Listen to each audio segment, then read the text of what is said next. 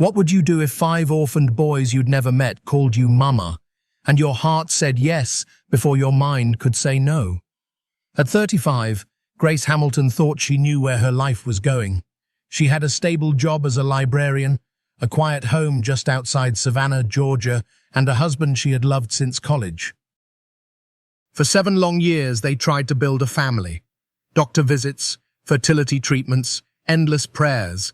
It all ended in disappointment. But nothing hurt more than the day she walked into her kitchen and found a single note sitting on the table. No husband, no suitcases, just the words, "I can't do this anymore. I'm sorry." She read it once, twice, 10 times. Hoping the words would change, they didn't. The silence in the room was deafening. The fridge still hummed, the clock still ticked, but the future she had imagined for so long had vanished. And in its place was a kind of grief that didn't come with flowers or condolences, just questions that had no answers. Who was she now? Not a wife? Not a mother? Not the woman she thought she'd be by now? Friends tried to comfort her. "You're still young," they said. "You'll meet someone new." But Grace didn't want someone new. She wanted the life she'd built to stop crumbling beneath her. And yet deep inside, a small ember still glowed, an ache not just for love, but for purpose. She had always wanted to be a mother. That dream hadn't left her. It had just gone quiet. Then one rainy afternoon, everything changed. Grace had been volunteering at a local child welfare center. She liked organizing books for the kids and reading to the little ones who didn't have many people in their lives to do that. That day, a social worker pulled her aside. "They just came in," she whispered, pointing to 5 boys sitting huddled together on a worn couch. "Brothers, all under 10. Parents died in a house fire last week. No relatives will take them in. Nobody wants the full set." Grace looked over. 5 boys. Mismatched clothes, eyes too tired for their age. No tears, just that deep, unsettled stillness that only comes from being rejected one too many times. "Package deal no one wants," the social worker repeated. "Sad, isn't it?" But Grace didn't see a burden. She saw pieces of herself, abandoned, overlooked, yearning to be chosen. That night, she lay awake, staring at the ceiling. She had no husband, no big house, no steady plan. But she had a heart that knew how to love. And those boys needed someone, anyone, to see them as more than a case file. She made her decision before sunrise. Every night, Rosemary found herself wide awake long after the world had gone quiet. She would lie in bed, staring at the cracks in the ceiling, the silence in her home echoing louder than any noise. Some nights, she replayed the early days of her marriage, the laughter over burnt dinners, the whispered plans about future children, the nursery they painted pale yellow even before she was pregnant. It all felt like a dream she had wandered out of and couldn't find her way back to. She still kept the note he left. It wasn't because she wanted to hold on to him, but because it reminded her of what she had survived. "I can't do this anymore. I'm sorry." 8 words that tore through 7 years of promises. But one afternoon changed everything. It started like any other Tuesday. Rosemary had begun volunteering at a local child welfare center, mostly to distract herself, to feel useful again. She helped with filing paperwork, organizing supply shelves, and occasionally reading to the children. That day, she was restocking a cabinet when she heard voices in the hallway, small, hesitant, unsure. When she stepped out, she saw them. 5 boys, all standing in a tight cluster like a pack of ducklings without a mother. The oldest looked no more than 9. The youngest couldn't have been more than 4. They were dressed in clothes that didn't fit quite right, sleeves too long, sneakers too small. Their eyes didn't dart around like curious children. Instead, they looked down or sideways as if bracing for the next disappointment. A social worker leaned down and whispered to Rosemary, "They lost their parents in a house fire last month. No one's come forward. Family says 5 boys are too much to handle. We're trying to keep them together, but no one wants a package deal. Rosemary stood frozen, her heart twisting in her chest. She remembered the feeling of being unwanted. She remembered what it was like to be left behind. She couldn't stop thinking about them after that. She lay awake that night, picturing their faces, their stillness, their silence. By morning, she had made up her mind. The social worker thought she was joking at first. You want to foster all 5?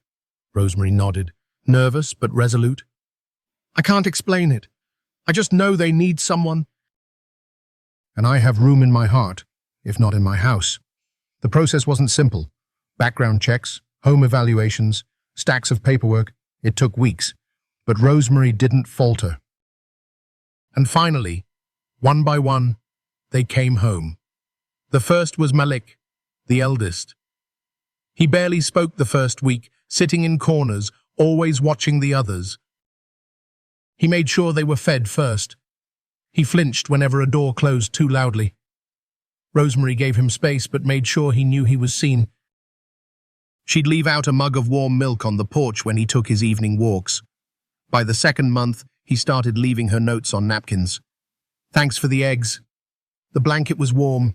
You don't have to wait up.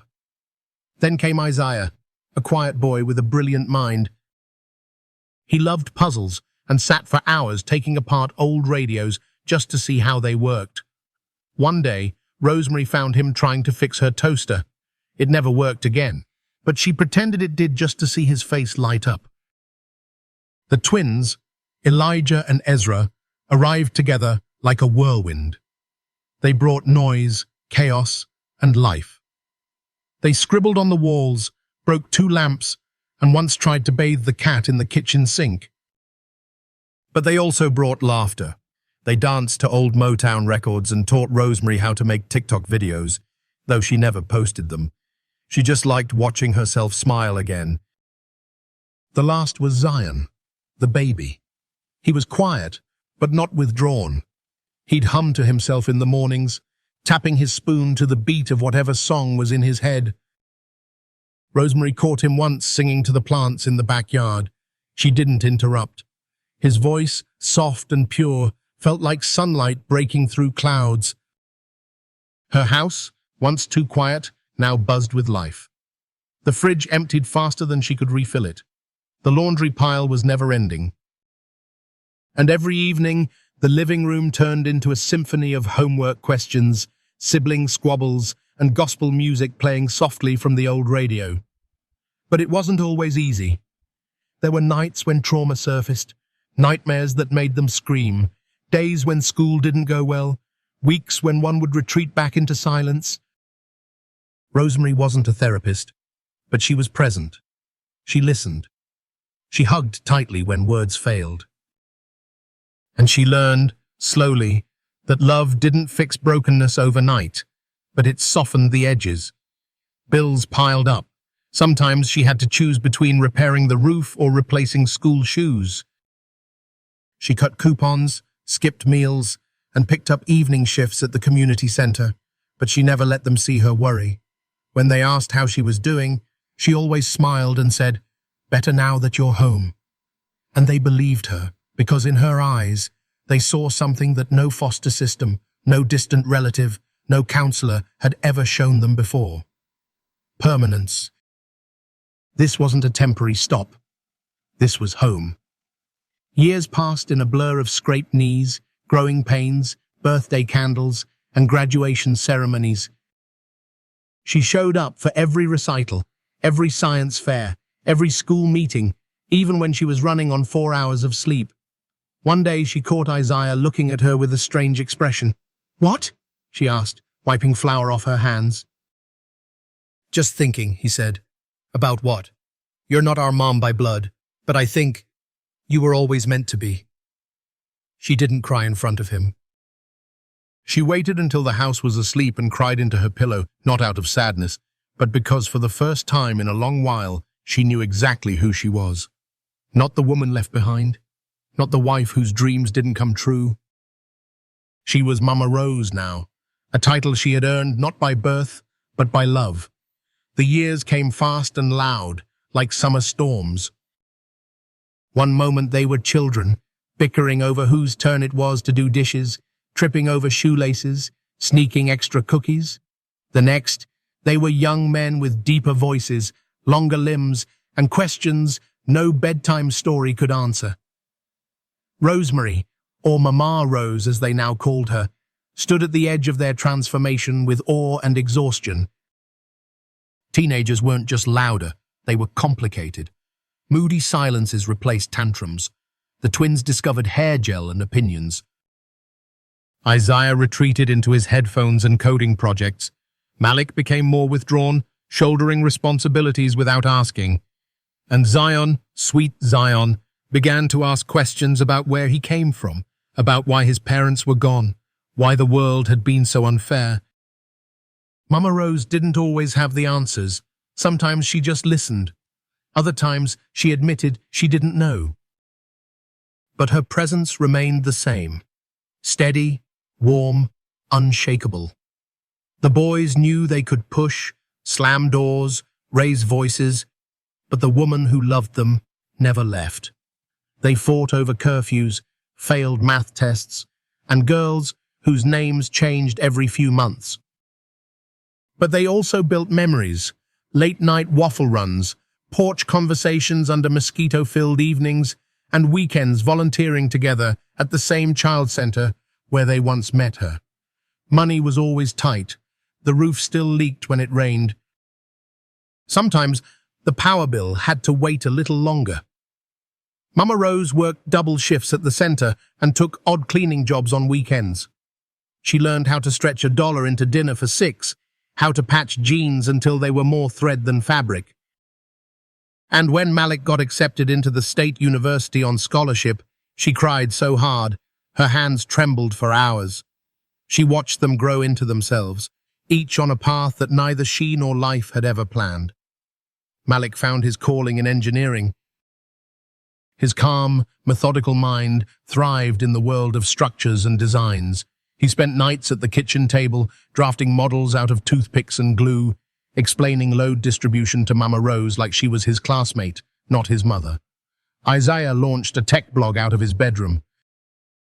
At first, it had only 3 readers, 2 of them being his brothers, but then a viral article about educational equity gained traction, and suddenly, tech companies started reaching out.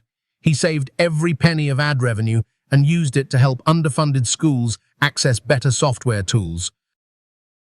"You taught me how to serve, Mama," he said when he bought her a new laptop. "Now I'm just doing it digitally."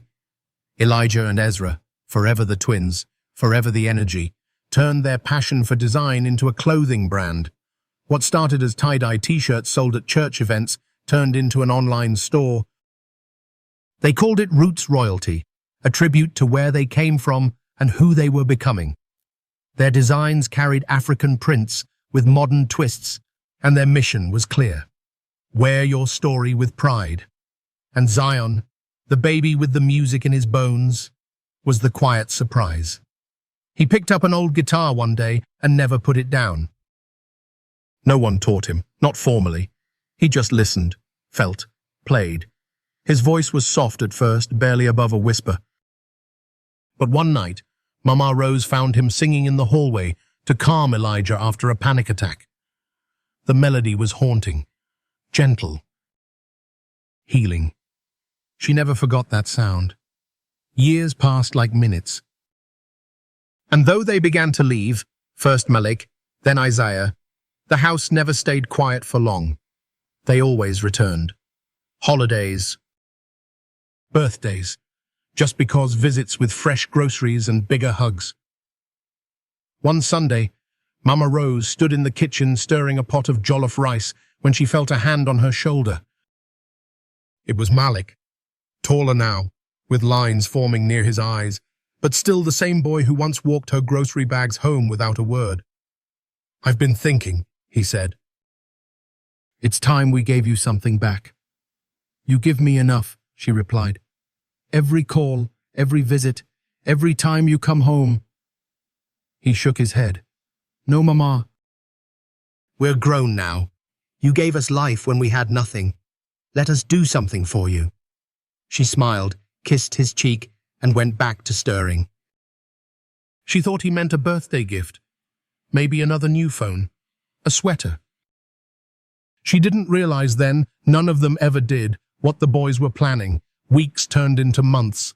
Whispers followed her around the house. Laughter behind closed doors. Isaiah once took a long call and wouldn't tell her who it was. Zion disappeared for 2 days on a gig and came back humming something she didn't recognize. She didn't press them. She trusted them. Then one morning, her 60th birthday, she woke to the smell of fresh coffee and homemade bread. The boys were home. All 5.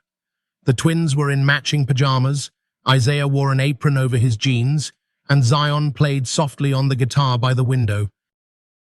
Malik took her hand and led her outside. Parked in front of the house was a white van with big windows. Inside, framed pictures lined the seats, renderings, floor plans, color swatches. Isaiah placed a silver key in her palm. Ezra grinned. "We built you a house." Elijah added, "A real one." "Your name is on the deed." Mama Rose's knees nearly buckled. What do you mean?" "A real home, Mama," Malik said, voice cracking. "With enough space for all of us to come back to grow old with you. No more leaks, no more creaky floorboards, just peace." Zion looked up from his guitar and whispered, "And a garden?" "With roses." Her eyes welled up, not because of the house, but because of the love in every detail. The thoughtfulness. The way 5 little boys had grown into men who didn't just remember what she gave, they honored it. She closed her fingers around the key and finally let the tears fall. Not from sorrow, but from a kind of joy so overwhelming, it didn't need words. They were her life's work, and they had become her legacy. The house they built for her was more than walls and windows. It was a reflection of years wrapped in prayer, sweat, and the kind of love that doesn't ask to be repaid. Moving day felt surreal. Mama Rose sat quietly in the front seat of the van as Malik drove, her fingers trembling slightly as she held the silver key. Through the window, the old neighborhood faded behind her. Each familiar crack in the sidewalk and rusted fence post, a chapter she could never forget. That small house had held her grief, her growth, and her greatest joy. But now, she was headed towards something she never dared to dream of, a fresh beginning. When they pulled up to the new place, it took her breath away. The exterior was painted soft cream with blue shutters. There was a wraparound porch just like the one she'd admired in magazines but never imagined having. Flower beds framed the walkway, already blooming with roses, her favorite. And above the door hung a simple wooden sign, Mama Rose's Place. Inside, the walls were bathed in warm light. High ceilings gave the space an open, airy feel. A fireplace waited with a stack of books beside it. The kitchen, gleaming with new appliances, was designed around her favorite layout, an island in the middle and wide counters for baking during holidays. But what touched her most wasn't the decor. It was the little details. Photos of her and the boys from over the years hung in every room. A framed drawing Zion made when he was 6 sat on the mantel. The hallway was lined with footprints in different sizes, immortalized in tile. Their names were written below each one: Malik, Isaiah, Elijah, Ezra, Zion. She pressed her hand to her mouth, overwhelmed. They didn't just build her a house. They built her a home, stitched together by memory, respect, and intention. That night, after the noise settled and the boys had gone to pick up dinner, Mama Rose wandered into the garden alone. She ran her hand over the petals of a blooming yellow rose, the cool breeze carrying the scent of jasmine. For the first time in years, she didn't feel like she had to be strong. She could just be. She sank onto a garden bench and let herself exhale. Isaiah found her there, watching the stars blink into existence.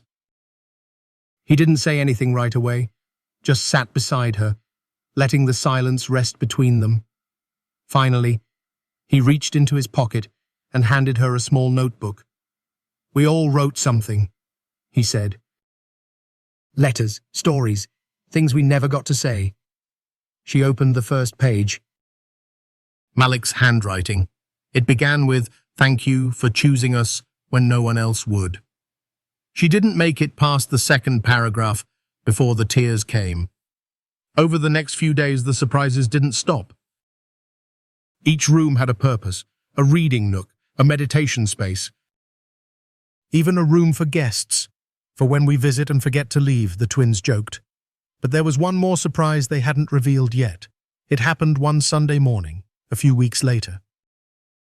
Mama Rose was on the porch trimming basil from her planter box when Isaiah approached with a manila envelope. "You've done so much for us," he said. "We want you to have the freedom to dream again. To rest, to explore." Inside the envelope were documents, a fully funded trust in her name, healthcare, travel expenses, even a small stipend for personal projects. She blinked, unsure if it was real. "You boys didn't have to. We wanted to," Malik said, stepping forward. "This isn't charity. It's gratitude. You gave us your best when you had so little. Now we want to give you options." Mama Rose didn't know how to accept such generosity. All her life she had worked, sacrificed, endured, not for praise or repayment, but because she believed love meant showing up, and now they were showing up for her. She took the envelope and pulled them all into her arms, her voice cracking with emotion. "You 5, you made me a mother, not by blood, but by heart, and I wouldn't trade a single sleepless night for anything." Later that night, she sat in her room, looking over the trust documents. Her mind drifted to the early years, stretching meals to feed 6, making school uniforms from hand-me-downs, helping Malik through his first heartbreak, holding Zion through his fevers. It had been hard, but every sacrifice led to this: peace, security, a sense of having done something right. She thought about what to do with this new freedom. Maybe take a trip, just once, see the ocean she'd only read about, or start a little garden club in the neighborhood, or write down her story in her own words so her grandchildren could know it someday. For the first time in decades, her life didn't feel like it was waiting on something to go wrong. It just was. And it was beautiful. Life at Mama Rose's new home settled into a quiet rhythm, the kind of peace that only comes after decades of struggle. Mornings started with tea and soft gospel music. Afternoons were for tending to her rose garden or reading letters from her boys if they were away. And Sundays, those were sacred. That's when all 5 of them came home. They arrived like a storm of laughter, car doors slamming, voices calling out, arms full of groceries, babies on hips, and stories from every corner of the world. Her sons weren't just grown men now. They were husbands, fathers, providers. One by one, each had found love in their own way. Malik met his wife, Nadine, through a volunteer housing project. Isaiah's partner, Jordan, was a software engineer with a kind heart and a sharp wit. The twins, Elijah and Ezra, married sisters, Renee and Simone, who ran a non-profit for underserved youth. And Zion, the baby, fell in love with a cellist named Amari, who matched his soul note for note. Mama Rose often found herself watching them from her kitchen window, her heart too full for words. They cooked together, argued over board games, chased toddlers across the living room. There was always music, Zion's songs, the twins' laughter, the clinking of forks over Sunday roast. And then, one day the boys came to her with an idea. They stood in a row on the porch, shuffling like they were teenagers again, not grown men with mortgages and responsibilities. "We've been talking," Isaiah began. "And we want to do something crazy," Ezra added. Mama Rose folded her arms, eyeing them. "You boys are always up to something. Just say it." Elijah grinned. "We want to get married." "You're already married," she said, confused. "Yes," Malik nodded. "But we want to do it together." All 5 of us, Zion finished. They explained their plan. A single, grand wedding celebration. 5 grooms. 5 brides. 1 unforgettable day. Not for show, not for extravagance, but as a tribute to each other. To family, to her. Mama Rose blinked, unsure she'd heard correctly. You want a joint wedding? They nodded in unison. For you, Isaiah said softly. You raised us together. You taught us love together, so we want to celebrate it together as brothers, as a family. The planning took months. Vendors didn't know what to do with the request at first. Who marries 5 couples at once? But the boys made it happen. They rented out an entire vineyard just outside the city, with rolling hills, old oak trees, and a view that stretched into forever. The dresses, the suits, the music, the food. Every detail was crafted with intention. Mama Rose watched it unfold like a dream. She was fitted for a royal blue gown with silver embroidery. Because blue is the color of legacy, Ezra explained. Her hair was styled in soft curls, and on the morning of the wedding, she found a handwritten note tucked beside her corsage. For our queen, the one who raised 5 kings. The ceremony was unlike anything anyone had ever seen. 5 archways, each adorned with flowers from her garden. 5 couples standing side by side, hand in hand, hearts open. A single aisle. One walked toward the future. But before the officiant began, the music stopped. And Isaiah stepped forward, holding a microphone. We'd like to start this celebration by honoring the woman who made all of this possible, he said. Before we exchange vows with our wives, we want to recognize our first vow, made years ago to someone who chose us when no one else would. He turned toward her. Mama Rose. This is your day too. The crowd stood as she slowly made her way to the front row, her eyes misted, her steps steady. When she sat down, 5 bouquets were placed in her lap, 1 from each bride. The officiant cleared his throat. Before we celebrate the love between these 5 couples, let us first honor the love of a mother who showed us what love looks like. The applause thundered through the vineyard. Mama Rose sat, hand to her chest, overwhelmed by the beauty, by the reverence, by the fact that her ordinary life had led to this extraordinary moment. The ceremony unfolded like a tapestry. Vows spoken with trembling voices, laughter through tears, promises made under the open sky. And when the music started, Zion sang their first dance song live. Mama Rose closed her eyes and let the melody carry her. I was once a seed, and she was the ground. Now I bloom because she never let me drown. The story of her family was no longer whispered. It was sung. Later, during the reception, people approached her. Strangers, community leaders, reporters. They had heard the story. Some had read articles, others had seen photos shared online. A publisher offered her a book deal. A local official asked her to speak at a youth conference. An international charity wanted to name a program after her. But Mama Rose, sitting beneath the canopy lights with a glass of lemonade, just smiled. She didn't do it for the attention. She did it because one afternoon, years ago, 5 little boys looked up at her with eyes full of questions. And she chose to answer with love. Weeks after the grand wedding, the world seemed to tilt slightly on its axis for Mama Rose.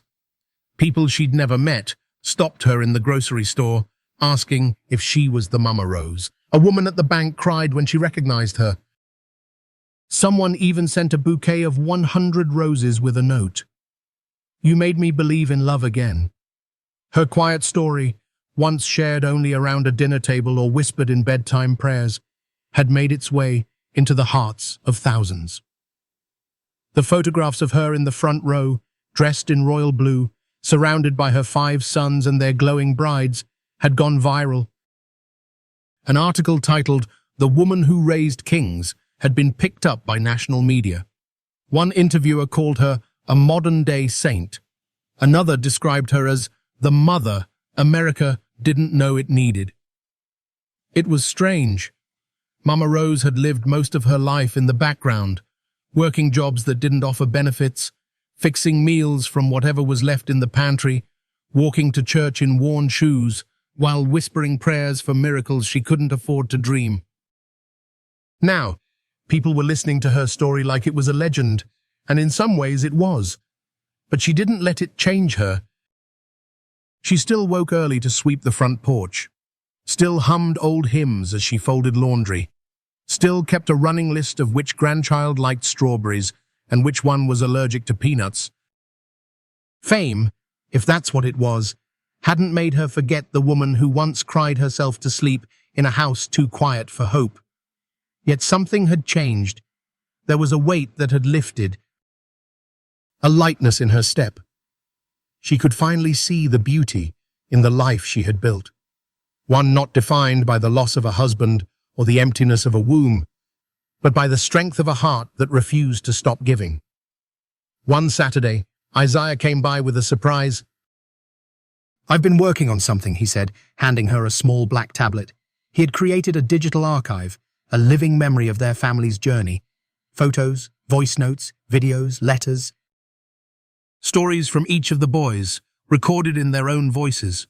It included clips from the wedding, the moment she received the house, and even old audio of Zion singing lullabies in the kitchen. She tapped the screen and heard Malik's voice. "She never called us her foster kids." Never once. We were hers from day one. Her hands trembled as she listened. Then came Elijah's recording. When I messed up in school, she didn't yell. She made me sit beside her on the porch and talk about what kind of man I wanted to be. Then Ezra.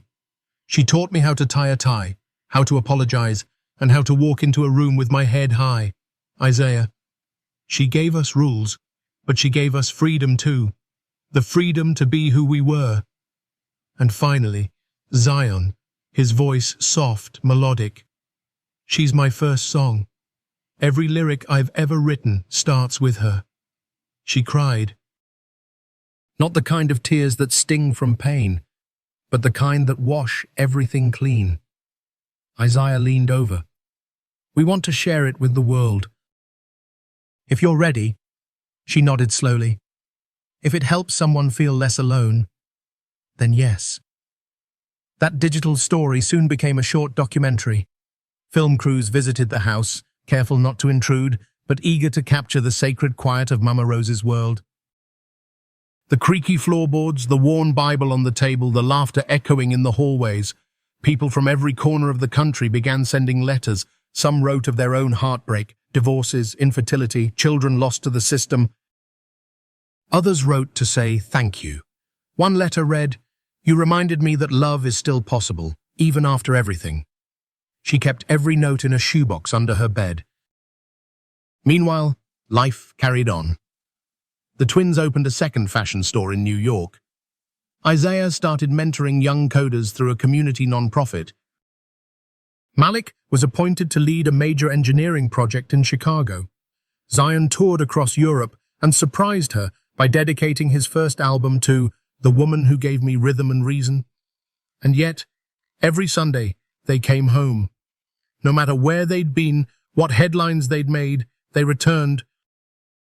Sometimes they brought groceries, sometimes just stories. The grandkids sprawled across the living room, building blanket forts and begging for second helpings of rice and stew.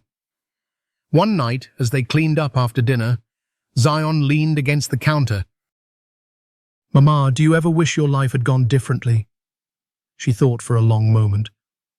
"There were days I did," she admitted, "when I first got divorced, when the money ran out, when the fridge was empty. Yes, I wished for a different story." She turned toward him, her eyes full of light. "But now, not for a second. This life, it didn't follow my script." "But maybe it followed a greater one." He nodded, swallowing emotion. "You know, people call me gifted, but they don't know. My gift was you. She smiled and brushed his cheek. And my gift was all 5 of you. They stood there for a while, in the kitchen where it had all begun, once filled with uncertainty, now overflowing with legacy. Mama Rose didn't need recognition. She didn't seek applause. She had found something far greater, a family stitched together by choice, by courage, and by a love that refused to be quiet. As time went on, the buzz surrounding Mama Rose's story began to settle. But her home remained as full and lively as ever. Sundays were still sacred, filled with food, grandchildren, and laughter. But now, weekdays brought new surprises too. Invitations arrived from universities, charities, and even international conferences asking her to speak about motherhood, resilience, and chosen family. At first, she turned them down. "What would I say?" she'd ask, laughing softly. "I'm just a woman who cooked a lot of rice and wiped a lot of tears." But her sons encouraged her. Isaiah reminded her that her voice had already reached hearts through the documentary. Malik gently said, "You don't have to teach, Mama. Just tell the truth, that's enough." So slowly, she began to say yes. She started small. A community center in the neighborhood, a local school's mother-daughter brunch. Then, one day, she stood on a university stage in front of hundreds of students and faculty, hands clasped, nerves humming. She told them her story, not with drama or polished prose, but with simple honesty. "I used to think motherhood meant giving birth," she said. "Turns out it means showing up, loving without keeping score, choosing someone over and over again, even when it's hard." The applause was thunderous. Afterward, a young woman with tear-streaked cheeks approached her. "I've never had a mother," she whispered. "But listening to you, I feel like maybe I still can become one." Mama Rose hugged her tight. That night, she sat by her window, a cup of tea in hand, and watched the stars. She didn't think of fame or speeches. She thought about Henry's first day of school, Kenneth's late-night fevers, the twins fighting over a pencil, and baby Divine falling asleep on her chest. She thought of the quiet victories, the bedtime prayers, the report cards stuck to the fridge, the sound of 5 boys breathing deeply in their sleep, safe and home. That was her real legacy. And yet, there was more to come.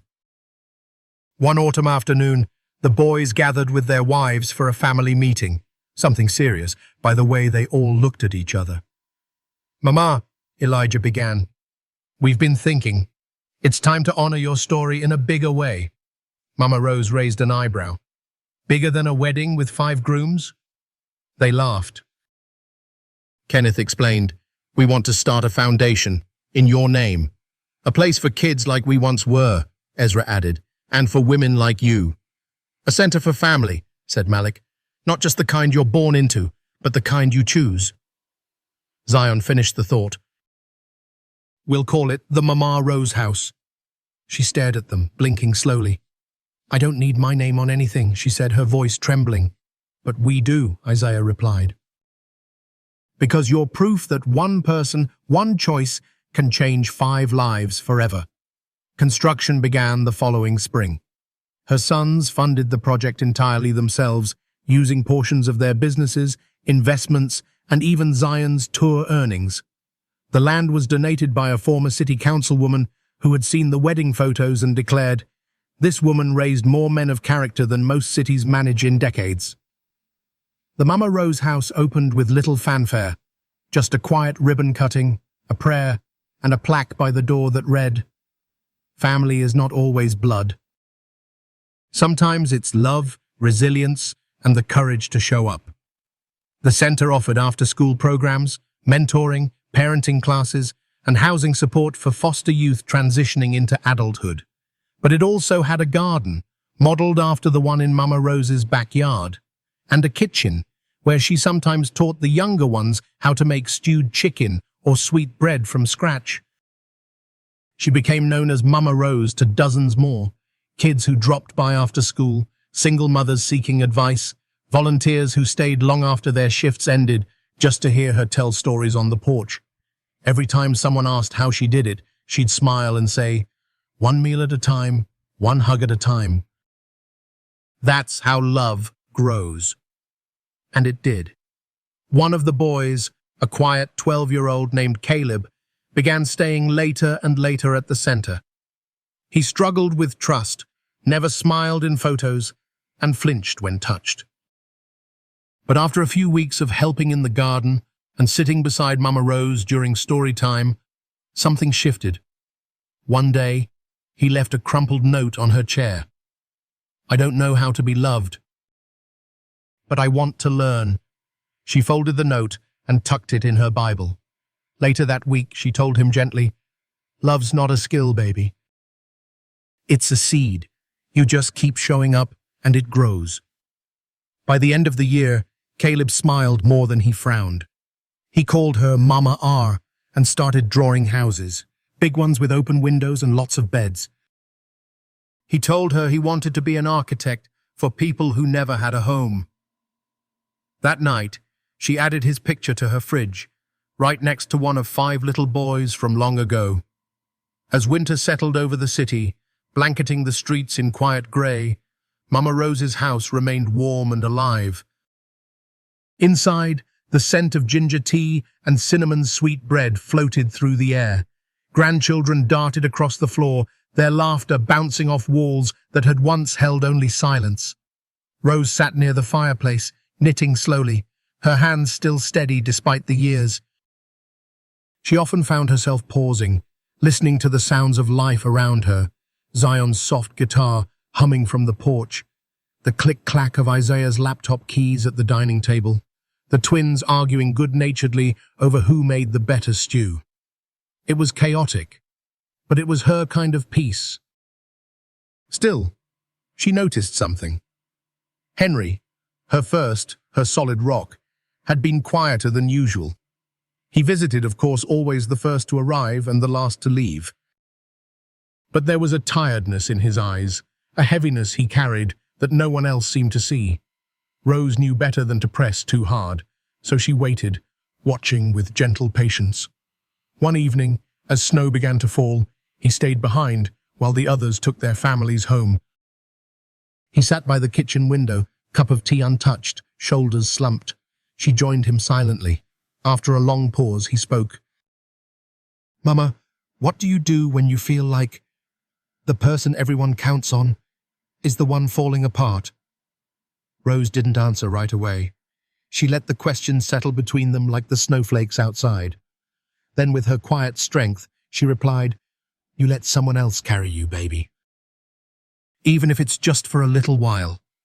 His eyes welled up, and she reached for his hand. Henry had been carrying so much, his company, his marriage, his role as the eldest. But in that moment, he was just her boy again. And she reminded him, as she always had, that strength didn't mean silence, and love didn't mean always being the savior.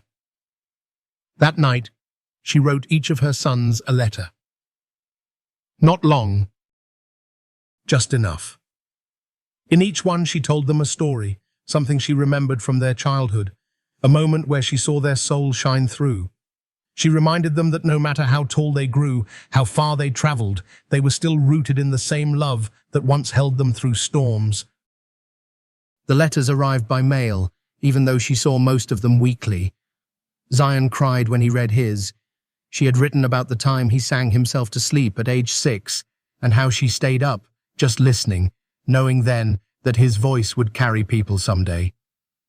Isaiah framed his. Hers was the only voice that had ever told him his quiet didn't mean he lacked power. The twins shared theirs with each other. Ezra laughed, saying, "Mama always knew we were trouble." Elijah nodded, "But she loved us loud anyway." And Henry? He kept his in his wallet. Weeks passed.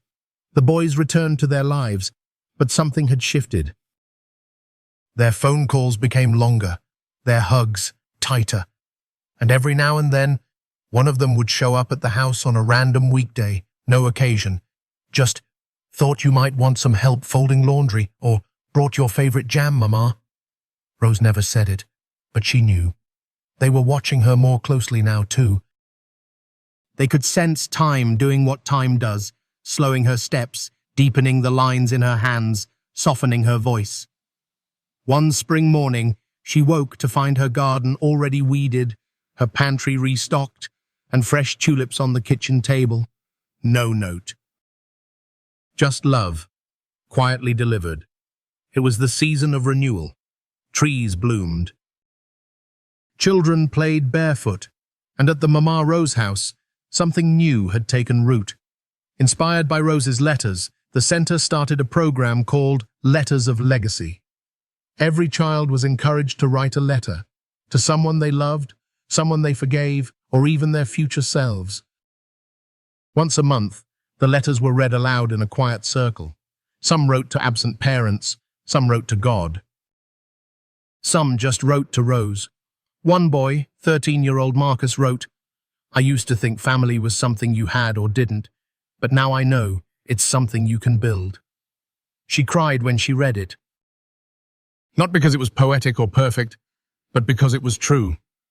That spring also brought another unexpected blessing. A publisher contacted Rose again. This time, not to tell her story, but to invite her to co-author a book of letters and reflections with her sons. A living archive of motherhood, growth, forgiveness, and chosen family. She was hesitant at first. "I don't know anything about books," she said. Isaiah smiled. "You've been writing one your whole life, Mama." They spent weeks gathering stories, photos, childhood recipes, and old notes. Each chapter was anchored by a letter, from Rose to one of her sons, and from the sons back to her. The book was titled Rooted in Love. When it was released, people across the country wrote in with their own stories, estranged parents trying to reconnect, foster youth feeling seen, even grown men admitting they cried on page 73. It was never a bestseller, but it was a heart seller. And for Rose, that was more than enough. Summer arrived in a wave of sunlight and joy. The garden at the Mama Rose house overflowed with life, tomatoes ripening on the vine, sunflowers towering like sentinels, and butterflies flitting from bloom to bloom. It had been nearly a decade since the center first opened its doors, and every inch of it now pulsed with purpose. On Saturdays, Mama Rose would sit on her favorite bench beneath the jacaranda tree, watching children chase soccer balls while young volunteers handed out sandwiches.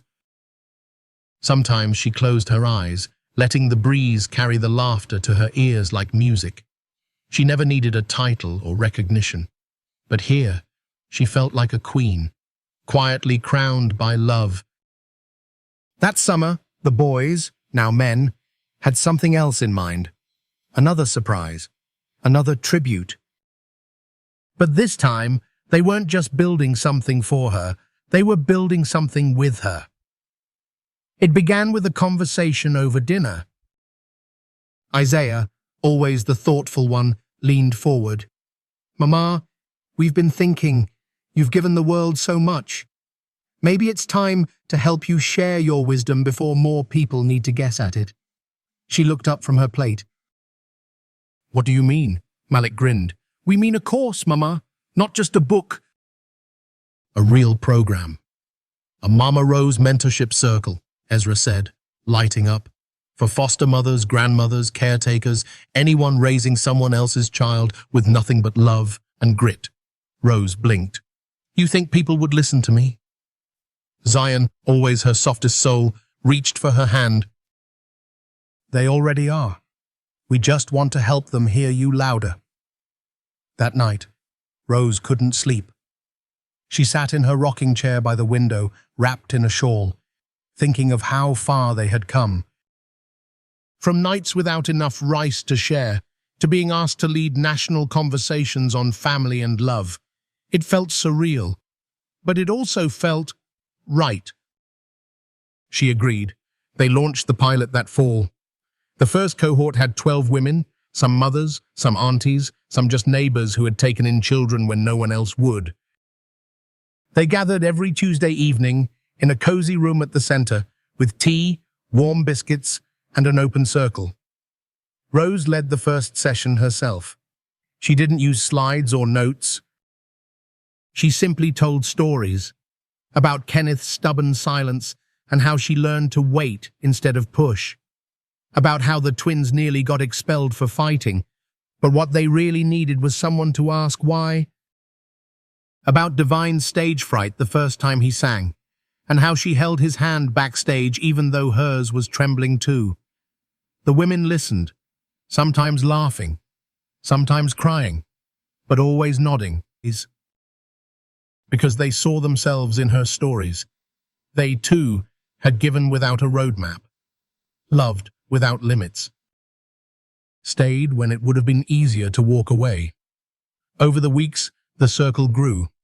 12 became 20, then 30. Other cities reached out, asking for toolkits, recordings, even virtual sessions. Rose's tea and talk style became beloved. She never lectured. She asked questions like, "What did you learn about love today?" And, "What would you tell your younger self if she was sitting here?" The program transformed lives. One woman, Angela, who had fostered 9 children over 2 decades, said, "I came here tired, but now I feel seen. I feel like someone's been clapping for me quietly all along." Rose smiled when she heard that, because that's all she ever wanted, for the quiet heroes of the world to know they mattered. But amidst all the joy and progress, life, as always, had its own rhythm. One crisp October morning, Rose felt a sharp pain in her chest as she stirred a pot of stew. It passed quickly, but the boys insisted she see a doctor. Tests were done, appointments followed. And one day Isaiah sat beside her as the doctor explained the news. Early-stage heart failure, manageable, but serious. She nodded slowly. "I've been running this heart hard for a long time." He took her hand. "It's time to let us carry more of the weight, Mama." She didn't resist. She let them rearrange her schedule, take over some sessions, even bring her meals. It wasn't easy, after a lifetime of doing, but she knew this, too, was part of love. Letting go, letting others give. During her rest, she wrote more than ever. Letters, reflections, poems, memories. One morning, Kenneth arrived with a sleek little microphone. "For the podcast," he said, smiling. "The world still wants to hear you." So she spoke into that tiny mic about life, loss, joy, mothering, and becoming. Her voice was soft, aged like oak, but full of strength. And listeners, thousands of them, tuned in. From prisons, nursing homes, single-parent apartments, and cozy suburban kitchens. One letter read, "I've never met you, but your words feel like a warm blanket. Thank you for reminding me that I matter." Rose cried when she read it, not because she was overwhelmed, but because even in her slowing years, her love still had miles to travel. The first snow of winter had just begun to fall when Rosemary received the invitation. It wasn't handwritten like so many things in her life. It arrived crisp and official, embossed with gold foil, tucked inside a deep blue envelope. Her name was printed in elegant script, Mrs. Rosemary Hamilton. At first, she thought it was a mistake. But as she read the letter again and again, the reality settled like warmth in her chest. She had been chosen as the keynote speaker at a national summit for adoptive and foster families, an event attended by senators, policymakers, non-profit leaders, and most importantly, other mothers like her. Women who had built homes with nothing but hope, faith, and fierce love. At 67, with silver hair and slower steps, Rosemary was about to take a stage she never imagined, but her sons weren't surprised. "Of course they picked you," said Isaiah. "You're not just Mama Rose anymore," added Zion with a grin. "You're everyone's Mama Rose." They flew her to Washington, D.C. first class. She had never flown before. Ezra made sure her bag was packed with everything she might need: comfortable shoes, a new blue scarf, and the small journal she always kept near her nightstand. Henry accompanied her, suit pressed and camera in hand. "For the memories," he said. The morning of the event, Rosemary stood backstage in a navy dress, her hands trembling, not from fear, but from the weight of what this moment meant. She thought about the girl she once was, 35, abandoned, sitting on a kitchen floor holding a goodbye note. She thought of the 5 boys who had walked into her life carrying nothing but loss, and she thought of how she had chosen to love them anyway, even when she had nothing to give but herself. Now here she was, a woman the world had once overlooked, standing before hundreds. When they called her name, the room rose to its feet. The applause rolled like thunder, echoing through the marble hall, bouncing off walls adorned with portraits of presidents and changemakers. But in that moment, no one else mattered except the 5 men seated in the front row. Her boys, her kings, their eyes shining, their hands clapping, their hearts wide open. Rosemary took a breath. Then she spoke. Not with perfect eloquence or polished grammar, but with truth. She talked about sacrifice, about joy, about what it meant to hold a screaming child at 3 a.m. and still whisper, "I'm here." She talked about making dinner from nothing, stretching love and rice like magic, about discipline laced with tenderness, about teaching boys how to tie ties, say "I'm sorry," and stand up straight even when the world tried to bend them. And she ended with a question. "What makes a mother?" she asked quietly. "Is it blood? Is it biology? Or is it the choice to love over and over again, even when no one claps for you?" The silence was deep, sacred. And then the crowd stood again, not out of politeness, but reverence. That night, news outlets carried her speech across the country. Mama Rose became a symbol, not a celebrity. A symbol of what love looks like when it doesn't quit, when it builds something from nothing and calls it home. The next few months passed like a dream. She was invited to contribute to panels. Her mentorship circle expanded nationwide. Scholarships were launched in her name, but through it all, she remained rooted. Still hosted Sunday dinners. Still folded laundry with her grandbabies. Still baked sweet bread on rainy days. One evening, as snow began to fall again, her sons gathered with their wives and children to celebrate her birthday. They brought music, food, and laughter, and as they sat together in the living room of the house they had built for her, Divine picked up his guitar and strummed a tune, soft, slow, sacred. Then he sang a song he had written just for her. The lyrics told her story, of empty arms turned full, of cold floors turned warm, of one woman's heart large enough to raise 5 kings. Tears fell freely that night, not from sadness, but from recognition. Because in that room, everyone knew they were living inside a miracle. Later, as the guests said goodnight and the stars blinked above the rooftop, Rosemary sat alone for a moment on the back porch, a blanket wrapped around her shoulders, a mug of chamomile in hand. She closed her eyes, listened to the wind, felt the peace settle deep. She had spent most of her life planting seeds of love, of discipline, of faith. And now, everywhere she looked, there was a harvest. Not of riches or trophies, but of lives changed, hearts healed. Generations shifted. What more could a woman want?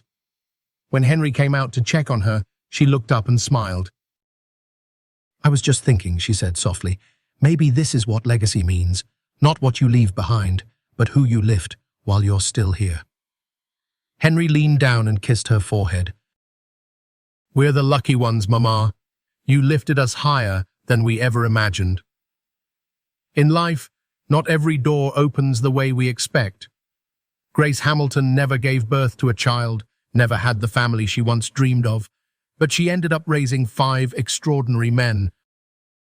Her story teaches us that love isn't about biology, it's about presence, sacrifice, and the courage to keep showing up. For older adults who may feel like their greatest chapters are behind them, this story is a reminder that our most meaningful impact often comes later in life, and not in the form we planned. Whether you're a grandparent, mentor, or simply a neighbor who listens, you have the power to shape someone's future with compassion. Grace didn't have wealth or a partner, but what she had was enough. A heart open to love, even when it hurt. And in doing so, she created a legacy not of money, but of men built with character and soul. Sometimes the life you never expected becomes the life that defines you, and that's a lesson worth remembering.